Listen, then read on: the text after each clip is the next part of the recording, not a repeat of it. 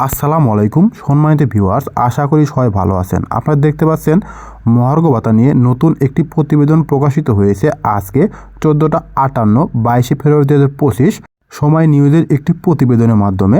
প্রতিবেদনের শিরোনাম মহার্ঘ ভাতা নিয়ে বড় সুখবর। জনপ্রশাসন মন্ত্রণালয়ের সিনিয়র সচিব মোখলেছুর রহমান আজকের এই তথ্যগুলো দিয়েছেন সময় নিউজে। তিনি বলছেন, সরকারি কর্মকর্তা ও কর্মচারীদেরকে সরকার মহার্ঘ ভাতা দেওয়ার যে সিদ্ধান্ত নিয়েছে তা শীঘ্রই বাস্তবায়ন হবে বলে জানিয়েছেন জনপ্রশাসন মন্ত্রণালয়ের সিনিয়র সচিব ডক্টর মোখলেছুর রহমান। যদি মহার্ঘ ভাতা হয় তাহলে আর কাল বিলম্ব না করে এত সুখবর দেওয়ার কোনো প্রয়োজন নাই, সরাসরি গেজেট প্রকাশ করলেই তো হয়ে যায়। সরকারি কর্মচারীদের মধ্যে 11 থেকে 20 গ্রেডের কর্মচারীদের কিছু ভাতা রয়েছে যা আজ মূল্যহীন হয়ে পড়েছে। কেউ কেউ এসব ভাতা নিতে আগ্রহী নয়। সরকার দীর্ঘ সময় হলেও এসব ভাতা পূর্ণ নির্ধারণ করেননি বা এসব ভাতা নির্ধারণের জন্য কোনো মা বাপ নেই। অযৌক্তিক ভাতা বহাল আজ 2025-এও। সরকারি অফিস বন্ধের দিন কাজ করলে ভাতা পাওয়া যায়। হ্যাঁ, ছুটির দিনে 3 ঘন্টা কাজের জন্য 15 টাকা টিফিন ভাতা দেওয়া হয়, অর্থাৎ প্রতি ঘন্টার 5 টাকা। অর্থ বিভাগ থেকে 2008 সালে 6 নভেম্বরে ছুটির দিনে 3 ঘন্টা দায়িত্ব পালনের জন্য 15 টাকা এবং 3 ঘন্টার বেশি সময় কাজের জন্য 20 টাকা টিফিন ভাতা নির্ধারণ করে আদেশ জারি করা হয়। বিগত 15 বছরে এ ভাতা বৃদ্ধির কোনো উদ্যোগ নেওয়া হয়নি। সরকারি পোশাক ধোয়ার ভাতা দেয়, হ্যাঁ দেয়, কিন্তু 2015 সালে একজন কর্মচারীকে মাসে 100 টাকা ধোলাই ভাতা দিয়ে আদেশ জারি করে অর্থ বিভাগ। তখন সব ধরনের সাবান এবং ডিটারজেন্টের মূল্য বর্তমান মূল্যের অর্ধেকেরও কম ছিল। বর্তমানে সবচেয়ে কম মূল্যের প্রতি কেজি ডিটারজেন্ট 210 টাকায় বিক্রি হচ্ছে। সেখানে এই 100 টাকা দিয়ে সারা মাসে কাপড় কিভাবে পরিষ্কার পরিচ্ছন্ন রাখা সম্ভব সেটি বড় প্রশ্ন। তাই এই ভাতাটিও খুব দ্রুত পুনর্নির্ধারণ করা প্রয়োজন। মাত্র 34 টাকায় আপ্যায়ন কিভাবে সম্ভব? সরকারি অফিসের সবার আপ্যায়নে জনপ্রতি ব্যয় হয় 40 টাকা। এ 40 টাকার উপর 15% ভ্যাট আরোপ করা হয়েছে। ফলে আপ্যায়নের জন্য মূলত ব্যয় হয় মাত্র 34 টাকা। বার্ষিক 60 ঘন্টা সরকারি কর্মচারীদের ট্রেনিং দিতে হয় এবং বিভিন্ন সভা সেমিনার অংশগ্রহণ করতে হয়। এসব ট্রেনিং সভা সেমিনারে এই সময় 34 টাকায় কোনো মানসম্মত আপ্যায়ন করা সম্ভব হয়ে ওঠে না। এই ভাতা দিয়েও জলদি পুনর্নির্ধারণ করার দাবি রয়েছে। শিক্ষা ও চিকিৎসা ভাতা খুবই অপ্রতুল। হ্যাঁ, শিক্ষা সহায়ক ভাতা হিসেবে মাসে 1 সন্তানের জন্য 500 এবং 2 সন্তানের জন্য 1000 টাকা পাচ্ছেন কর্মচারীরা।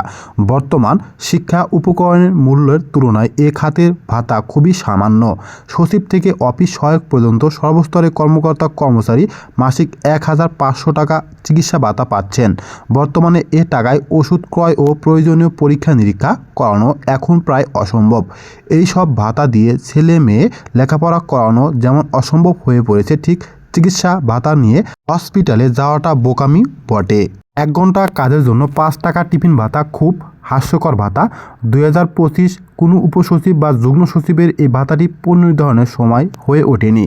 যে সকল দপ্তরে অধিকার ভাতা বরাদ্দ নেই সেই সকল দপ্তরের ক্ষেত্রে প্রতি 3 ঘন্টার জন্য 15 টাকা টিফিন ভাতা প্রদানের বিধান রয়েছে। এসব ভাতা বেশিরভাগ কর্মচারী গ্রহণ করে না, বরং ফ্রিতে কর্মঘণ্টা ব্যয় করছে। অযৌক্তিক ভাতা 2025 যা পুনর্নির্ধারণ করা খুবই যৌক্তিক হয়ে পড়েছে। 3 ঘন্টার বেশি সময় কাজের জন্য 20 টাকার টিফিন ভাতা। একজন কর্মচারী দিনে টিফিন ভাতা 9 টাকা, মাসিক 200 টাকা। 13.5 টাকায় অফিস যাওয়া আসার ভাতা মাসিক 300 টাকা। মাসে 100 টাকা ধোলাই ভাতা, 500 টাকা শিক্ষা ভাতা, 1500 টাকা চিকিৎসা ভাতা, সভা মিটিংয়ে জনপ্রতি 34 টাকা আপ্যায়ন ভাতা। এসব ভাতা দ্রুত পুনর্নির্ধারণ করার প্রয়োজন হয়ে পড়েছে সরকারি চাকরিজীবীদের জন্য। টিফিন ভাতা প্রতিদিন 13 টাকা। জাতীয় বেতন স্কেল 2015 কার্যকর হওয়ার পর 11 থেকে 20 গ্রেডের কর্মচারীদের মাসে 200 টাকার টিফিন ভাতা দেওয়া হয়। প্রতিদিন করে একজন কর্মচারী 9 টাকা 9 পয়সা টিফিন ভাতা পাচ্ছেন, কিন্তু এ টাকায় বর্তমানে কোনো টিফিনই পাওয়া যাচ্ছে না। বর্তমানে অতি সাধারণ মানের একটি কলাও 10 টাকা বিক্রি হয়। 2015 সালে টিফিন ভাতা ও যাতায়াত ভাতার পরিমাণ নির্ধারণ করে আদেশ জারি করে অর্থ বিভাগ। গেল 9 বছরে এ ভাতা বৃদ্ধির কোনো উদ্যোগই নেওয়া হয়নি।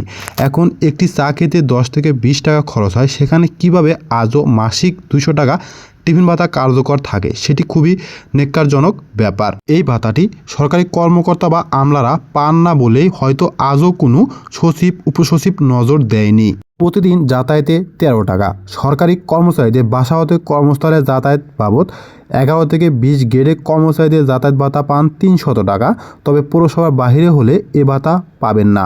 কর্মস্থলে যাওয়া আসায় 22 দিনে মাসে প্রতিদিন গড়ে পাচ্ছে 13 টাকা 63 পয়সা। বর্তমানে অতি সাধারণ মানের গণপরিবহনেও ভাড়াও এর চেয়ে অনেক বেশি। যে হারে ডিজেল ও তেলের দাম বাড়ানো হয়েছে সে হারে বেড়েছে গাড়ি ভাড়া। এখন 30 টাকার নিচে কোনো রিক্সা ভাড়া হয় না এবং গণপরিবহনের ভাড়া দিতে পকেট খালি হয়ে যায়। সেই বাজারে মাসিক 300 টাকা যাতায়াত ভাতা ও পরিবহন ভাতা খুবই হাস্যকর ব্যাপার।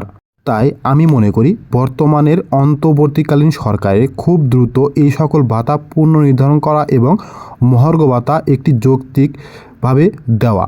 ভিডিওটি শুরু থেকে শেষ পর্যন্ত দেখার জন্য আপনাকে অসংখ্য ধন্যবাদ। Thank you so much. সবাই ভালো থাকবেন। আসসালামু আলাইকুম।